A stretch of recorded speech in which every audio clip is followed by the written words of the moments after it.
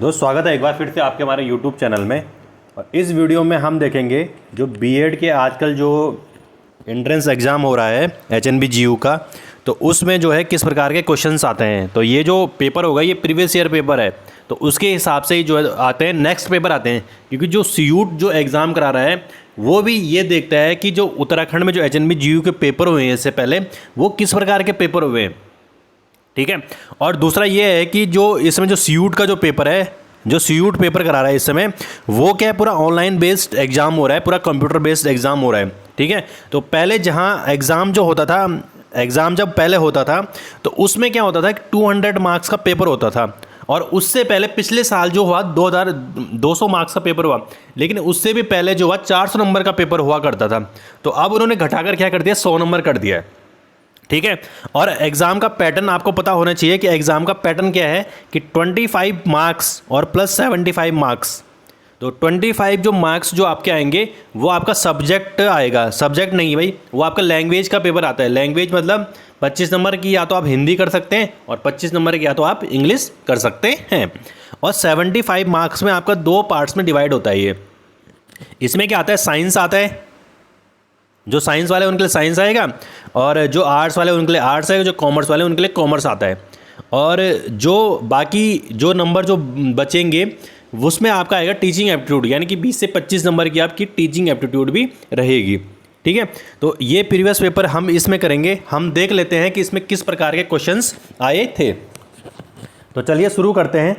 सबसे पहला क्वेश्चन है 126 क्वेश्चन है कि जो पौधे होते हैं, पौधे जो नमक युक्त मिट्टी में उगते हैं उन्हें क्या कहते हैं, ठीक है। जो पौधे नमक युक्त मिट्टी में उगते हैं उन्हें क्या कहते हैं, जीरोफाइट कहते हैं, हाइड्रोफाइट कहते हैं, हेलोफाइट कहते हैं, या सैकुलेंट कहते हैं, ठीक है।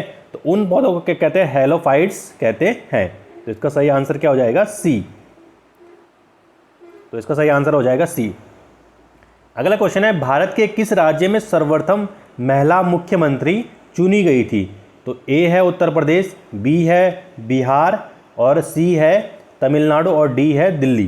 तो इसका सही आंसर क्या हो जाएगा, ए, उत्तर प्रदेश की। तो उत्तर प्रदेश में सबसे पहले महिला मुख्यमंत्री चुनी गई थी और वो थी सुचिता कृपलानी, ठीक है। तो स्वतंत्र भारत की पहली मुख्यमंत्री कौन सी थी, सुचिता कृपलानी। अगला क्वेश्चन आप देख सकते हैं 14 जून 1947 को कांग्रेस के दिल्ली अधिवेशन में भारत के विभाजन का प्रस्ताव स्वीकृत हुआ था। इस अधिवेशन के अध्यक्ष कौन थे।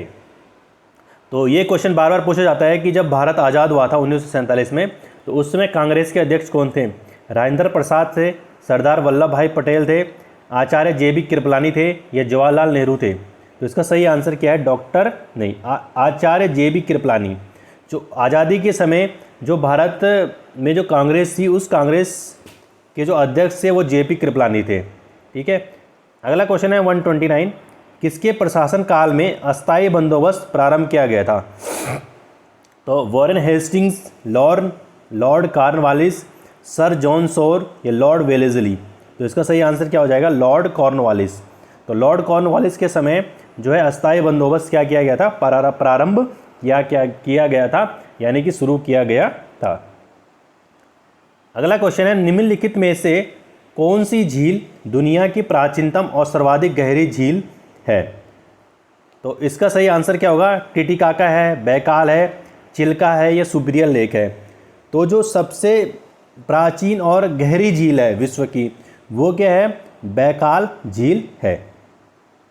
अगला क्वेश्चन अधिकेंद्र किससे संबंधित है, भूकंप से, वलन से, पृथ्वी का भीतर जो प्रद्रेण है उससे, या भ्रष्ण से संबंधित है। तो इसका सही आंसर हो जाएगा भूकंप। भूकंप की उत्पत्ति जहाँ पे होती है उसे अधिकेंद्र कहते हैं, उसे एपिसेंटर या अधिकेंद्र कहते हैं, ठीक है। तो 131 क्वेश्चन यहाँ पे हो चुके हैं। आप देख सकते हैं किस प्रकार के क्वेश्चन आ रहे हैं। अगला क्वेश्चन है अलमाटी बांध किस नदी पर बना है, ठीक है। तो अलमाटी जो बांध है किस नदी पर बना है, गोदावरी, कावेरी, कृष्णा, या महानदी। तो देखिए इस कितना अच्छा क्वेश्चन है कि अलमाटी बांध जो है कृष्णा नदी पर बना है, ठीक है। इसका आंसर हो जाएगा सी। अगला क्वेश्चन है प्रोजेक्ट टाइगर, यानी कि जो बाघ परियोजना है वो कब आरंभ की गई थी, ठीक है। 1973 में, 1976 में, 1978 में या 1983 में। तो इसका जो सही आंसर हो जाएगा वो हो जाएगा 1973 में। तो जो प्रोजेक्ट टाइगर की शुरुआत हुई थी 1973 में हुई थी और कॉर्बेट नेशनल पार्क से हुई थी। जो कॉर्बेट नेशनल पार्क है उत्तराखंड में ही है। अगला क्वेश्चन है विश्व स्वास्थ्य संगठन का मुख्यालय कहाँ है? न्यूयॉर्क में, पेरिस में, जेनेवा में या हेग में? तो यहाँ पे जो विश्व स्वास्थ्य संगठन है उसका मुख्यालय जो है वो जेनेवा में स्थित है। तो WHO का मुख्यालय कहाँ है? जेनेवा में है। अगला क्वेश्चन है मिसाइल मैन ऑफ इंडिया किसे कहा जाता है? APJ अब्दुल कलाम को, राजा रमन्ना को, RK नारायण को या इनमें से कोई नहीं? तो मिसाइल मैन ऑफ इंडिया किसे कहा जाता है? APJ अब्दुल कलाम को कहा जाता है। और APJ अब्दुल कलाम क्या थे? भारत के पूर्व राष्ट्रपति भी थे। अगला क्वेश्चन है भारत में गर्म दलीय आंदोलन का पिता किसे कहा जाता है? तो भारत में जो गर्म दलीय आंदोलन है उसका पिता कहा जाता है बाल गंगाधर तिलक को। और बाल गंगाधर तिलक क्या थे? दो दल थे, एक था उदारवादी, एक था उग्रवादी। तो उग्रवादी दल से ये क्या थे? क्योंकि ये थोड़ा उग्र प्रदर्शन करते थे इसे इन्हें उग्रवादी दल कहा गया। तो बाल गंगाधर तिलक। अगला क्वेश्चन है प्रसिद्ध सूफी संत सलीम चिश्ती रहते थे, कहाँ रहते थे? दिल्ली में, अजमेर में, फतेहपुर सिकरी में या लाहौर में? तो इसका सही आंसर हो जाएगा फतेहपुर सिकरी में। और जो सूफी संत सलीम चिश्ती थे वो अकबर के दरबार में रहते थे और इनकी कृपा से कह सकते हैं कि जो अकबर को पुत्र की प्राप्ति हुई थी और अकबर ने इन्हीं के नाम पे क्या रखा था? अपने बेटे का नाम सलीम रखा था।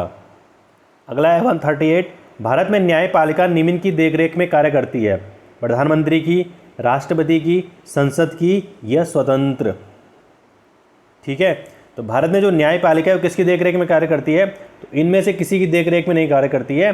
न्यायपालिका क्या है? भारत में एक स्वतंत्र निकाय है। तो न्यायपालिका क्या करती है? स्वतंत्र कार्य करती है। अगला क्वेश्चन है BCG के टीके किस रोग में लगाए जाते हैं? ठीक है, तो किस में लगाए जाते हैं? मीजल्स में, ट्यूबरक्लोसिस में या पोलियो में या हेपेटाइटिस में? ठीक है, तो BCG के टीके किस में लगाए जाते हैं? तो इसमें तो ये आंसर दे रहा है, चलिए इस क्वेश्चन को आंसर कर देते हैं क्योंकि इसमें सही आंसर नहीं है कि BCG के टीके किस रोग के विरोध में लगाए जाते हैं। तो इसका क्वेश्चन मैं आपसे पूछता हूँ और इसका क्वेश्चन का आंसर आप कमेंट सेक्शन में बताइए। अगला क्वेश्चन है 140 भारत में निम्न में से कौन समवर्ती सूची का विषय नहीं है? समाचार पत्र, परिवार नियोजन, कारखाना या लोक स्वास्थ्य? ठीक है, तो समवर्ती सूची का विषय कौन नहीं है? लोक स्वास्थ्य समवर्ती सूची का विषय नहीं है और बाकी सभी विषय जो है समवर्ती सूची के हैं। 141 क्वेश्चन है DNA किससे संबंधित है? ठीक है, तो DNA किससे संबंधित है? RNA से, WBC से, RBC से या इनमें से कोई नहीं? ठीक है, तो जो DNA संबंधित होता है वो RNA से संबंधित होता है। ठीक है, तो DNA किससे संबंधित है? RNA से संबंधित है। अगला क्वेश्चन है पहला सार्क का सम्मेलन कहाँ आयोजित हुआ था? ठीक है, काठमांडू में, कोलंबो में, नई दिल्ली में या ढाका में? तो सार्क का जो पहला सम्मेलन था वो काठमांडू नेपाल में हुआ था और सार्क की स्थापना हुई थी 1987 में। ठीक है, और इसमें कुल जो है 8 देश हैं। ठीक है, अगला क्वेश्चन है क्षेत्रफल की दृष्टि से भारत का सबसे बड़ा राज्य कौन सा है? उत्तर प्रदेश है, बिहार है, राजस्थान है या महाराष्ट्र है? तो क्षेत्रफल की दृष्टि से भारत का सबसे बड़ा राज्य है वो है राजस्थान। तो सही आंसर क्या हो जाएगा? सी। भारत एवं पाकिस्तान का विभाजन किस योजना के तहत हुआ था? तो भारत और पाकिस्तान का जो विभाजन हुआ था वो लॉर्ड माउंटबेटन योजना 3 जून सन 1947। ठीक है, तो उस योजना के आधार पर भारत और पाकिस्तान नामक 2 राष्ट्र बने थे।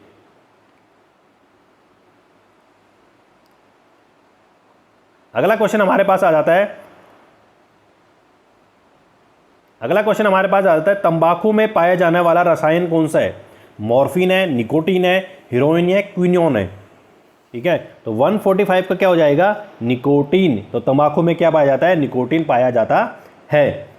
तो चलिए दोस्तों, धन्यवाद। आज आपके लिए इतना ही है और अगले जो हम करेंगे क्वेश्चन वो कल करेंगे।